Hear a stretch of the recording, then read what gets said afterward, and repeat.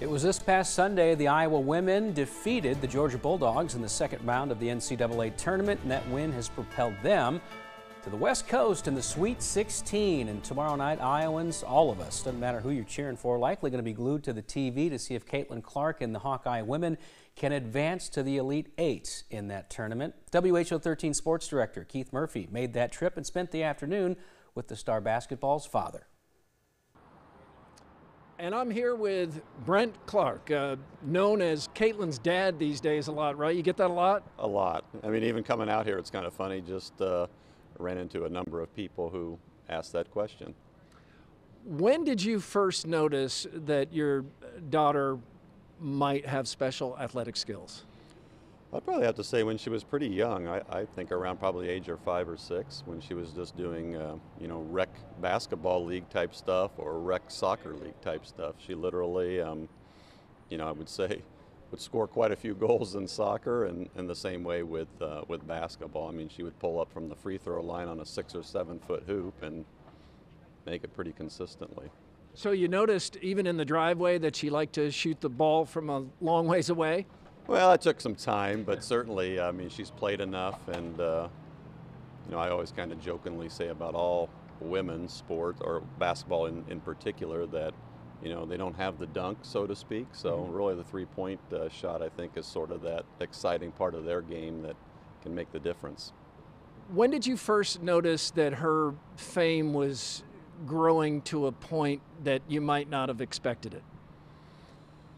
Probably last year, I'd have to say, and I would say maybe it really took off, I would say, after that Michigan game where we lost the game, but she had that crazy fourth quarter where I think she scored 25 points and was shooting, from the logo, and I think that just really elevated maybe her status maybe in the game, and I think just people who hadn't probably followed her did, just because of the impact of social media and what that can do. So her teammates and Coach Bluder talk a lot about having Caitlin's back and keeping her away from the outside noise. As her dad, how important is that to you? Oh, it's extremely important. I can't say enough about Coach Bluder and her staff, and really the University of Iowa, the security.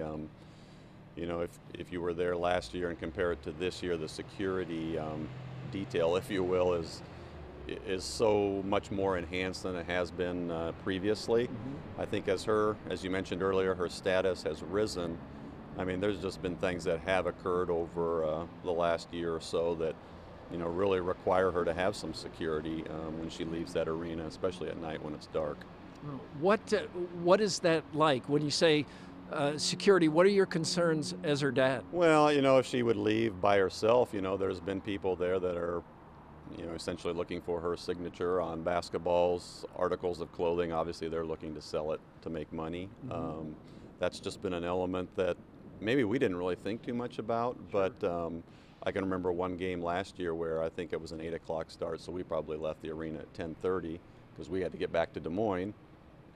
She's usually one of the last ones out, and that was where one of those situations occurred where, not from a, trying to, in a negative way, but they were just looking to get her signature and autograph on a number of things, and I think it just kind of dawned on us that, hey, maybe there needs to be better security, maybe it's something we didn't really think about until that moment occurred. With the fame, the celebrity grows, you also encounter more criticism. What is that like for you, and how do you handle that? How do you handle the haters? I think it comes with the territory. I tell my wife, whether you're the President of the United States or if you're LeBron James or some other notable person, I think there's always people out there that want to see that person fall or stumble, and it just comes with the territory. What percentage of that population is it? I think it's probably pretty small in the grand picture. When did you first notice that she really wants to win? Probably since about day one in sports. I mean, she is totally committed to winning. I mean, you hear that saying, I think she hates losing more than she likes winning. I think that certainly applies to her. And she enjoys doing it with, her teammates. She really tries to work hard at elevating them and making them better players. And I think that's maybe one of the biggest traits I think that she brings to the court each game. Does she get her talent from you or your wife? Well, certainly Ann is pretty athletic, but you know, I did play basketball and baseball in college at Simpson College in Indianola, just south of Des Moines. So We'll call it a split? we'll call it a split. Okay. Finally, Brent, what are you most proud of Caitlin? I think just how much fun she has playing the game. I mean, her passion is really is unique in some respects. And I think the fact that she really embraces the role of being an ambassador for women's basketball, being that role model for young children, and it's not just young girls. I mean, there's young boys that come and are just as crazy to see her, whether it's in Carver Hawkeye or at an opponent's venue. So it's all pretty neat. That is Caitlin's dad, Brent Clark, understandably proud. Back to you. All right, Keith Murphy will have some new, fresh stories and content coming up at 6 and 10 as he's following the Hawks all the way from Seattle. Another look at your forecast when we return.